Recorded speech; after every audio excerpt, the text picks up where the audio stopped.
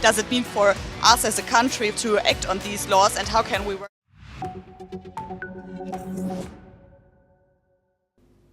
Hello and welcome, I'm Kriti Mehta and you're watching the World Report on NewsX World. Let's take a check of the top headlines at this moment. US Defense Secretary Pete Hegseth doubled down on his defense of US military strikes on alleged drug cartel boats in the Caribbean, arguing President Donald Trump has the power to take military action as he sees fit and dismissing concerns that the strikes violate international law. The Venezuelan army has inducted 5,600 new soldiers as the U.S. increases military pressure on the oil-producing country. According to official figures, Venezuela has 200,000 troops and an additional 200,000 police officers. German Chancellor Friedrich Merz, who visited Israel for his first visit since taking office, reaffirmed Berlin's support after traditionally solid ties between the countries were shaken by the Gaza war. Qatari Prime Minister Sheikh Mohammed bin Abdul Rahman Al Thani says the negotiations on consolidating the US-backed truce in the war in Gaza are at a critical moment, adding mediators are working to force the next phase of the ceasefire forward. Palestinian militant group Hamas says that it was ready to hand over its arms in the Gaza Strip to the Palestinian Authority only if Israel's army withdraws from the territory. Japan's defense minister says Chinese fighter jets directed fire control radar at Japanese military aircraft near Japan's Okinawa Islands in 2 incidents, condemning the move as dangerous. President Javier Milei has hailed the arrival of Argentina's first 6 F-16 jets purchased from Denmark, describing them as guardian angels that will strengthen the South American country's armed forces. A fire at a nightclub in the West Indian state of Goa has killed at least 25 people. Several tourists were among the dead in the blaze, which broke out at about midnight at a club in Arpura in North Goa district.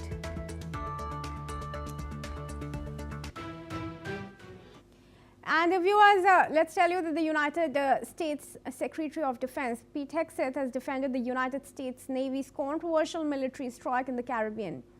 The operation carried out on September 2 initially struck a suspected drug boat, killing 11 traffickers.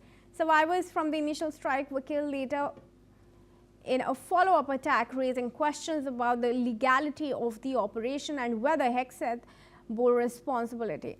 Hegseth said he was not present for the duration of the strike and denied reports that he ordered the killing of anyone on the board.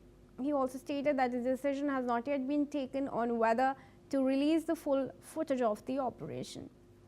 The remarks come amid growing scrutiny from critics concerned about the rules of engagement and accountability in United States military actions abroad. Listen in. So once we got to the point where a strike was imminent, I had taken the decision responsibility up to my level. Not many military decisions should be made by the Secretary of War.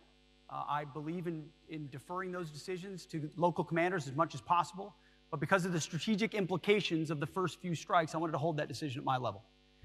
And the briefing that I received before that strike was extensive, exhaustive, I would say, as each one is since. On the military side, on the civilian side, lawyers, intel analysts, red teaming, every aspect. What do we know? What do we know about their affiliation? A lot of things I can't share in this room to give us the kind of confidence that we know where this is coming from, who's driving it, who's on it, what their intentions are, where it's all the details you need to strike a designated terrorist organization, which is an important thing to remember at the top of all this. The president has designated these as terror organizations, poisoning and threatening the American people, making them a target just like Al-Qaeda. So in that room, in that moment, it was, I can't remember exactly how long it would have been, 20, 30 minutes of a preview of exactly what's going on. And my job was to say, execute or don't execute. So I was satisfied with the strike criteria, yes. Saw the strike itself, which all of you have seen. There was probably 30 or 40 minutes, is what I've been told, of dust, and it was on fire for a long time after that. I stayed for probably five minutes or so after.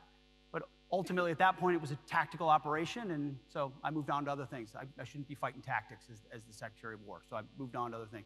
Later on, a couple hours later, I was told, hey, there had to be a reattack because there were a couple folks that could still be in the fight, access to radios, there was a link-up point of another potential boat, drugs were still there, they were actively interacting with them, had to take that reattack. I said, Roger, sounds good. From what I understood then and what I understand now, I fully support that strike. I would have made the same call myself. Those who were involved in 20 years of conflict in Iraq and Afghanistan or elsewhere know that reattacks and restrikes of combatants on the battlefield happen often. In this particular case, it was well within the authorities of Admiral Bradley, who's an incredible American, an American hero. And the 22 or 23 strikes since have followed the similar protocol of ensuring we meet the criteria. The decision's not at my level anymore. And then we take the strike. All right. And Satoru Nagao, fellow at the Hudson Institute, joins us now from Tokyo. Thank you, Mr. Nagao, for joining us. Mr. Nagao, you heard the statement there from Pete Hegseth. What's really stopping the United States from sharing the full footage of the operation, in your opinion? American continents, they are focusing on the drug issue and illegal immigration issue. So two international problem, but at the same time domestic problem. So that's why the view from the United States, what happened in the American continent related with these two issues is indeed the priority and very deep expanded domestic issue.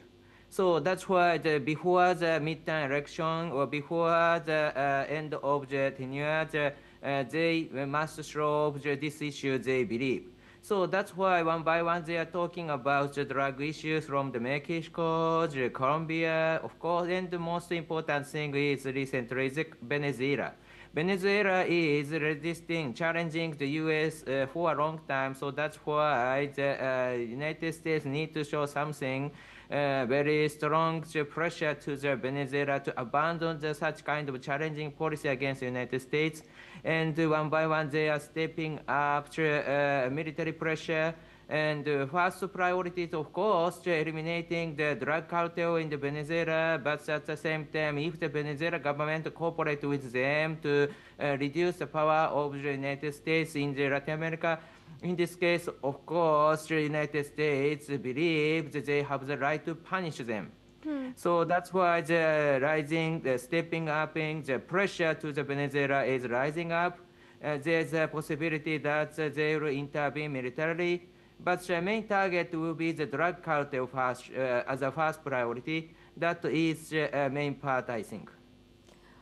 Mr. Nagao, would you say there's this saying that goes that look at your own windows before you hurl stones at others' houses?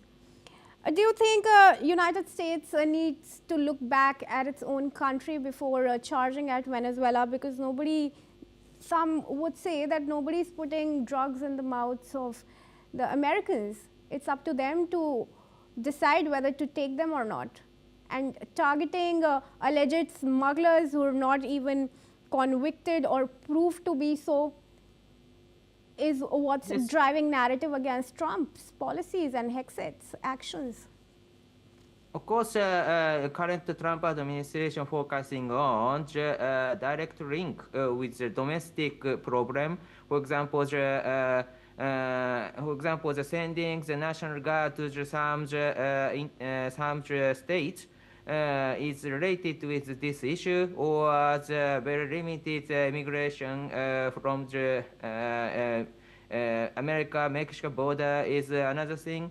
So that's why in the domestic issue, of course, they try to show their policy to cracking down. That is true.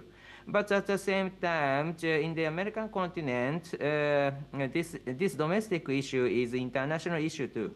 So that's why at the same time, not only the domestic issue, but also the American continent issue that they are focusing on.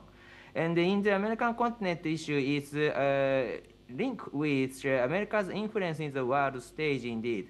because the geographical proximity, if America need to deal with other challenges like China and Russia or someone else, in this case, of course, America should show the stable influence in the American continent. So that's why, in case of the Trump administration, especially focusing on the American continent from the Greenland, Canada, Mexico, Panama, Colombia, or the very close friend Argentina, also from north to south, any region could be one kind of the extended domestic issue for the United States to challenge against China or challenge against other challenges.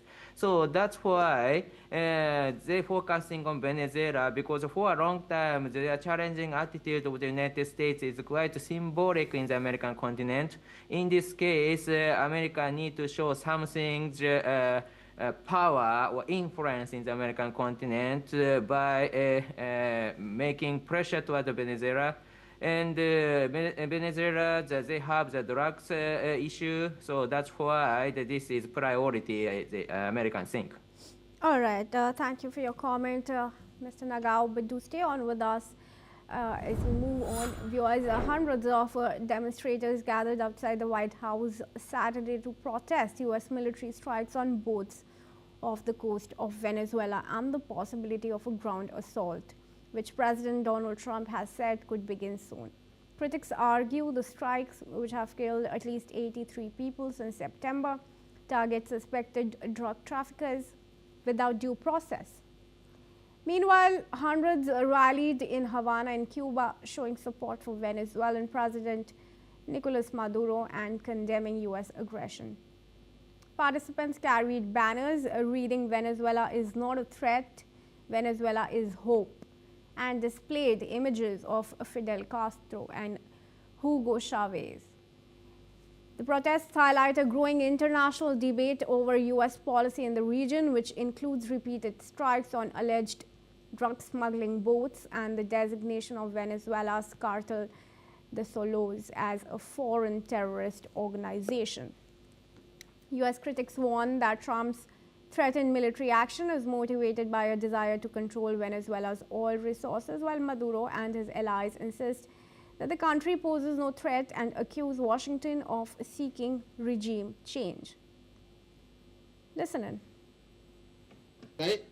También al gobierno revolucionario de Cuba y a todos los compañeros presentes por esta oportunidad de acompañarnos y llevar adelante esa voz de denuncia, esa voz de rechazo contra las agresiones de los Estados Unidos, contra todas esas acciones que van en contra de nuestra soberanía. Muchísimas gracias. ¡Que viva Cuba! ¡Viva! ¡Que viva Venezuela! I'm just shocked by what our government is threatening in Latin America, what it's already doing in terms of blowing up these boats without any kind of due process, saying they're drug smugglers, but we have no idea. And even if they are, they should be in prison and not at the bottom of the ocean. My sign says Trump doesn't have your back. As the military's commander-in-chief, he should have the back of every single officer and every single soldier out there. And when he forces them to do illegal orders, which is what's been happening in Venezuela, in the Caribbean, he's not going to have their back, as we've found already. He's already backtracking, and it was the admiral who decided to kill all the survivors from that first boat attack in September. He's not going to have your back. He's going to make you bear the brunt of any illegal orders that are crimes that you end up having to go to court for. So soldiers and officers are going to end up in prison over his orders, and he's going to go off scot-free. This administration, the U.S. government is no stranger to waging wars to seize the natural resources of other countries. We saw it in Iraq. We saw it in Afghanistan. We see it today with this war they're trying to push in Venezuela. And they've been very honest about the fact that what they're after is Venezuela's oil resources. They have the largest oil reserves on the planet. Trump has boasted that when he was in office last time, they tried to crush the Venezuelan government and force them out of office. They failed to do that, and he said, "We would have taken all the oil." This is a quote he said in 2023 when he was on the campaign trail. And I'd now request Mr. Nagao to join us back in the discussion here. Mr. Nagao, do you think the U.S. decision to designate Cartel de los Soles as a terrorist organization will strengthen its case for its military action in the region? I think military action will happen in this region because of Venezuela's attitude is for a long time they are challenging against the United States, and in this case, U.S. need to show strength. But view from the size of the military deployment in this main target of the U.S. military intervention is not the regime change. This is still the drug cartel. So that's why, as a result of the military intervention against the drug cartel, it will affect Maduro's, it will affect legitimacy of the regime. That could happen. In this case, of course, regime change could happen, but at the same time, this is not a direct purpose of the military intervention. So that's why this military operation is, if it will happen, still this is against drug cartel, I think. All right. Thank you, Mr. Nagao, for giving your comment. Do continue to stay on with us, please. Viewers, let's also tell you about the tension between Japan and China now. Tensions are rising again between the two countries. And a Chinese Navy spokesperson has said that a Japanese self-defense force aircraft repeatedly approached and disrupted a Chinese training mission. Beijing insists Japan's claims are not consistent with the facts. But earlier, Japan's defense minister said Chinese fighter jets locked fire control radar on Japanese aircraft near the Okinawa island in two separate incidents. Tokyo has condemned the action as dangerous as both sides trade sharp accusations over the encounters. And I'd now request Mr. Nagao to join us back into the discussion here. China is saying, Mr. Nagao, Japan's statements are inconsistent. Do you really think that is the case? China repeatedly doing this is, so this is not Japan's mistake because several times they have done. But at the same time, why China say like that is, Japan's claim is wrong and China's claim is right, and so that's why they disguise countries which support Japan. Because Japan itself, of course, Japan's claim is our data. So that's why our data is we can identify when Chinese fighter jet it was radar locked Japan's fighter jet. In this case, this is dangerous and our system can detect it. So Japan has the data. But view from the country which supports Japan, they do not have the direct data. So that's why they rely on the information came from Japan. So in this case, if China try to say this is fake news, not China did not do that, in this case, these countries need to decide which side is right. So of course, the Japan side country will trust Japan's information and they will support Japan, I think. But in this case, why China China try to do is, despite they did it, China do not want to Japan and Japan's allies or supporters, they do not want to deal with at the same time. They want to separate it. So that's why they try to say, despite they did it. All right. Thank you, Mr. Nagao, for joining us and sharing your comments. And with that, viewers, we're now going to shift our focus. Now, Russia's defense ministry reports that its air defenses shot down 77 Ukrainian drones overnight, including attacks over 7 regions in southern and central Russia and annexed Crimea. A power transmission tower in the Rostov region was damaged, leaving 250 people without electricity. Kyiv's increased drone strikes target oil depots and military assets inside Russia in response to Moscow's missile and drone attacks on Ukraine's energy infrastructure. Meanwhile, on Monday, German Chancellor Friedrich Merz will join leaders in London for high-level talks on the Ukraine conflict. British Prime Minister Keir Starmer, French President Emmanuel Macron and Ukrainian President Volodymyr Zelensky will attend, aiming to discuss the next steps for peace negotiations. And retired Major General Gigi Dwivedi, International Affairs and Defense expert, now joins us from New Delhi. Thank you, sir, for joining us. What do you think now is stalling the peace proposal? Russia continues to attack Ukrainian power stations, and so does Ukraine does in counter strikes.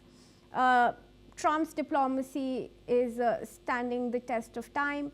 It's been 4 years, but he's not been able to really negotiate the war as he intended to or said he would like to. How is a resolution going to arrive with the current status quo? Well, Kriti, firstly, always a pleasure to be on the NewsX world. Well, it's very important to see what the ground situation is and what are the stances of the opposing sides.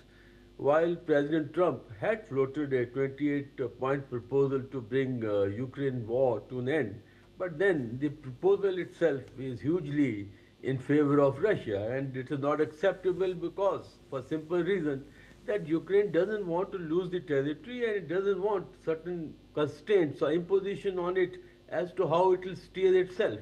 So therefore, the talks had not made much of headway despite Witkoff and his Trump's own son-in-law, Kushner, all involved. But I think as far as the ground situation on talks is concerned, it's actually stalled and not making much headway. Now, as far as the battlefield situation is concerned, now Russia, especially President Putin, feels that he is winning the war, he wants to maximize the gains, because sooner or later there will be some negotiation, and on the table your position is as strong as the position on the ground. So therefore Russia is making last bit effort to improve its ground situation, as also the aerial warfare is primarily Russia is targeting the military industrial complexes in Ukraine, the energy infrastructure, and Ukraine also is retaliating, though not in same numbers or same size, but they are responding. And at this time, also important thing is what's the battlefield on the ground. As per the Russian generals, there are about 700,000 Russian soldiers deployed on the front line, and the tactical battles on, whether Proskov or whether it is in the southern side, Russia is trying to make some gains at the cost of his huge casualties. So that is the ground situation. And finally, you asked about the talks which are being held in London by Prime Minister Stammer, where the President Macron will be there, and also the German Chancellor Merz will be there, and they are trying to evaluate as to what exactly are the talks, where they headed, and how they can protect the Ukrainian interest. And just for information, President Macron was in China last week, and through President Xi Jinping also, they are trying to bring some kind of pressure on President Putin to end the war. So therefore, these three European countries are actually coming together to see how Ukraine can get a better deal, and how President Putin can be pressurized. Ritika. Kriti here. Sir, so Europe's largest concern remains of the use of frozen Russian assets. That's likely to be discussed when these three leaders get together. But is a headway likely in that direction, given that Belgium has been opposing that measure, and also in the latest has asked for the European nations to give a risk assessment and take a responsibility over the legality of it? That's true. Actually, the point is, as I mentioned earlier, that the proposal itself is not fair one because it is hugely in favor of Russia. But the European countries are trying to see that it's a fair one, because the point is that it involves loss of territory by Ukraine. It impinges on their sovereignty. And in case President Putin is able to get through, this will embolden him, because that means that use of force will come absolutely legitimized, and the Europe will be threatened, because as it is, the couple of countries of Europe like Poland, they have been subjected to air intrusion. The Baltic republics are feeling very unsafe, or they are feeling threatened. So the point is that the European, as such, now they have to take a stand because in this two things have happened. Firstly, President Trump's proposal actually has excluded the European Union because this was possibly launched arbitrarily and Europe was not taken into confidence until the proposal leaked out.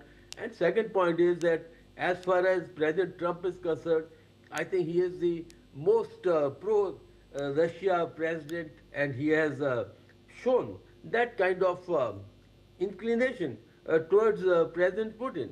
So the issue is that Europe is trying to maintain a stance, like a considered and a joint stance that America doesn't impose an unfair deal on Ukraine, and that's why these talks are in London to ensure that they have also a strategy. In fact, they had made a 19-point plan, which is a little at the variation with President Trump plan. But the point is, at this time, what I would say is that two things are going on simultaneously. One is the peace process, and second is the operation both on the ground and in the air, because at this time, I don't think peace is likely to be on the horizon until major change is made in President Trump's proposal so that Ukraine also gets a fair deal. After all, negotiation, when two sides go on the table, they want a win-win situation. It cannot be one-sided,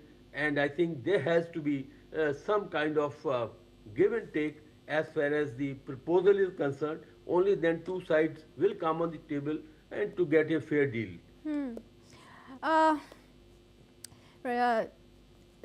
Retired Major General G.G. Dwivedi, thank you for your discussion. I had wanted to take some more questions, but there's some scarcity of time, and with that we move on. Viewers, Argentina has received its first 6 F-16 fighter jets purchased from Denmark, marking the start of a major modernization of the country's air force. President Javier Milei described the aircraft as guardian angels that will significantly strengthen Argentina's military capabilities. The US-built jets are part of a total purchase of 24 supersonic fighters for roughly $300 million, replacing Argentina's retired French Mirage jets, which had served for 4 decades. The delivery is the first of the 4 batches, with 6 more aircraft expected each December through 2028. Milei joined his sister Karina Milei and Defense Minister Louis Petri for a ceremony at Rio Cuarto Air Base, highlighting the symbolic importance of the jets to the Argentines. The U.S. Embassy in Buenos Aires called the acquisition a major step in modernizing Argentina's air capabilities and strengthening defense cooperation with the United States, a key ally of Milei's government. Listen in to what the Argentine president had to say. Con esta importante inversión en armamento militar, vamos a robustecer sustancialmente nuestra Fuerza Aérea. Nuestros pilotos hicieron una demostración impresionante de sus capacidades. En el lapso de tiempo que yo pasé volando de Buenos Aires hacia Río Cuarto, los pilotos salieron de Río Cuarto, sobrevolaron la Casa Rosada y Plaza de Mayo y retornaron para encontrarnos aquí en nuestro aterrizaje. Hoy, cientos de miles de argentinos pudieron levantar la mirada y ver por primera vez a sus ángeles protectores surcando el cielo. Los F-16 son los nuevos custodios del espacio aéreo argentino. Moving on, U.S. President Donald Trump has presented the 2025 Kennedy Center honorees with their medals during a ceremony in the Oval Office, hailing the slate of artists he was deeply involved in choosing as what he called the most accomplished and renowned class ever assembled.